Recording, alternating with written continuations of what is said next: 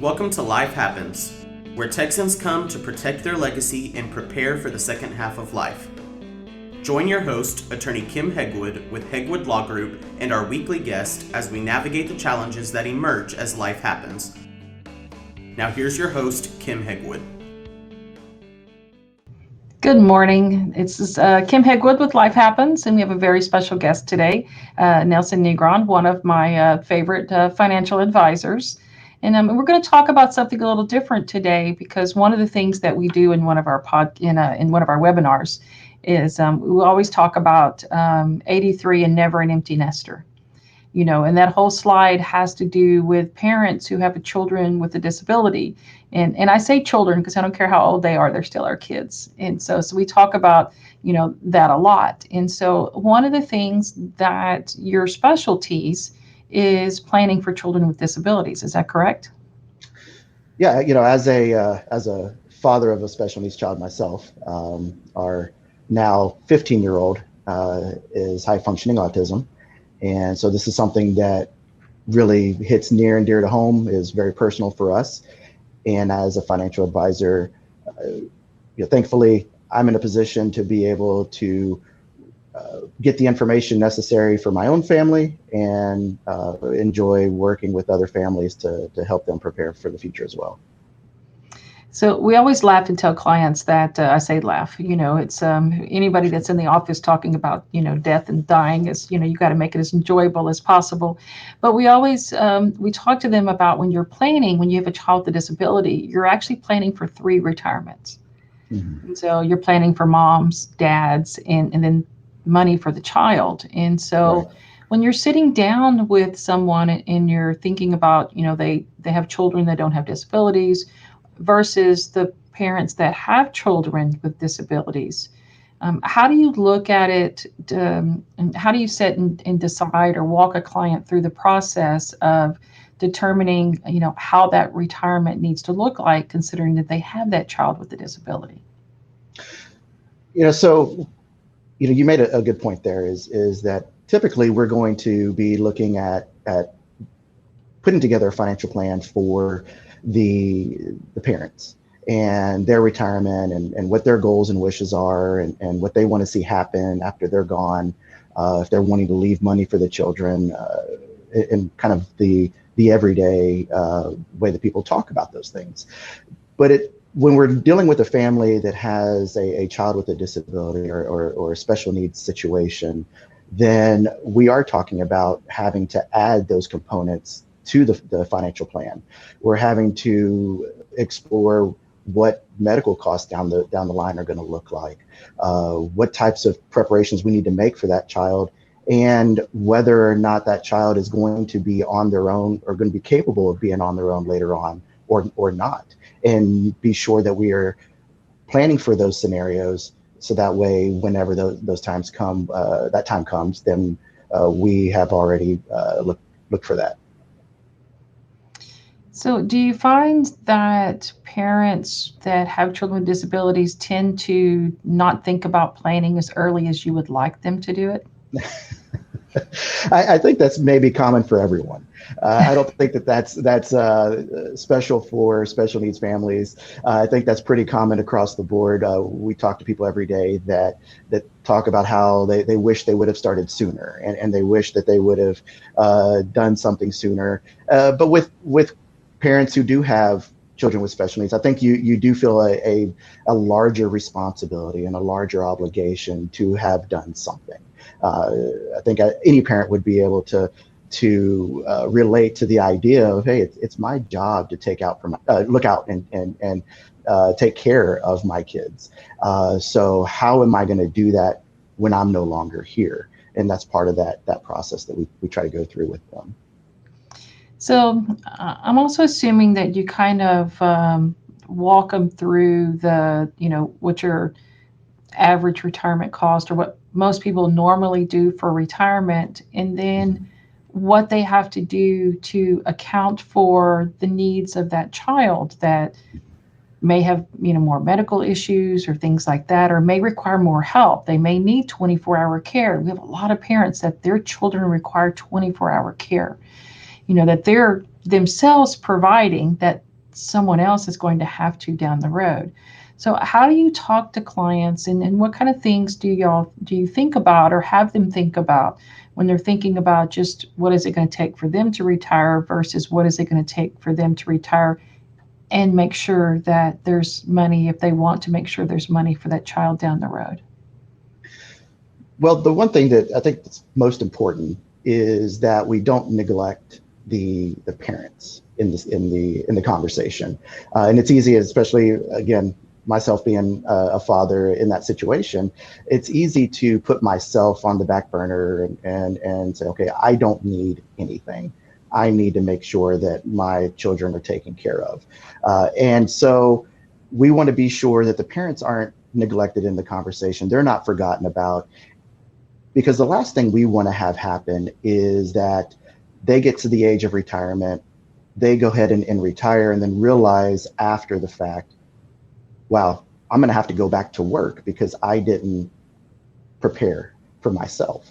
And so we want to be sure that we are first preparing them for retirement, and then adding that additional component to their overall plan, so that way when they do retire, they can stay retired. And I think that's important, for those people that are ready to retire and have a plan in place so that they can do that well. And so also just, we talk to clients a lot about one of the easiest ways to kind of help plan, for funds for the child down the road. We talk to clients a lot about life insurance.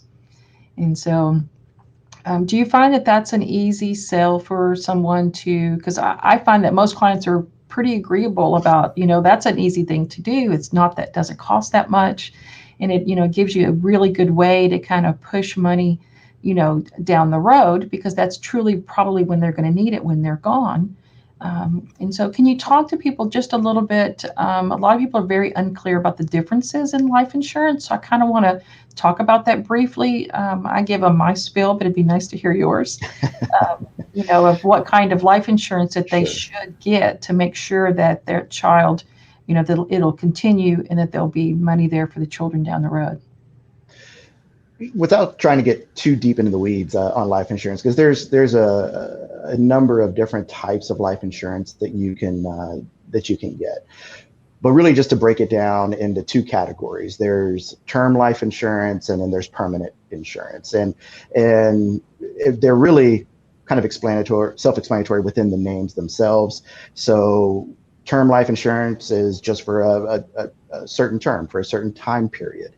So you can buy life insurance for a certain amount of time. Once that time ends, if you're still around, then it's gone. So permanent life insurance is permanent. So you're going to keep that life insurance throughout the duration of your life, as long as all premiums are paid, that kind of thing. And so those types of policies are actually going to be looked at more for these types of situations, because you are then ensuring that you will have something left over for your children when you're no longer here. But also when we look at permanent life insurance, or really insurance in general, what we have found is people don't like to talk about life insurance because we're talking about death. So it is a conversation that we have to bring up, that we have to talk about. But doing that early in our conversations makes that process a lot easier. So when you're thinking about, when you're sitting down looking, with clients and things like that, I find that a lot of financial advisors usually ask, do clients have their legal documents in order? And so we talk to clients a lot about going above and beyond when you've got a child with a disability. And so do you talk to clients about, because of your own circumstances, probably more so than any, because you have that child with a disability, do you find that parents are willing to be thinking about doing that special needs trust, and that the will isn't just might not be enough? Well, believe it or not, what we have found in our experience is that most people have never heard of a special needs trust. Wow.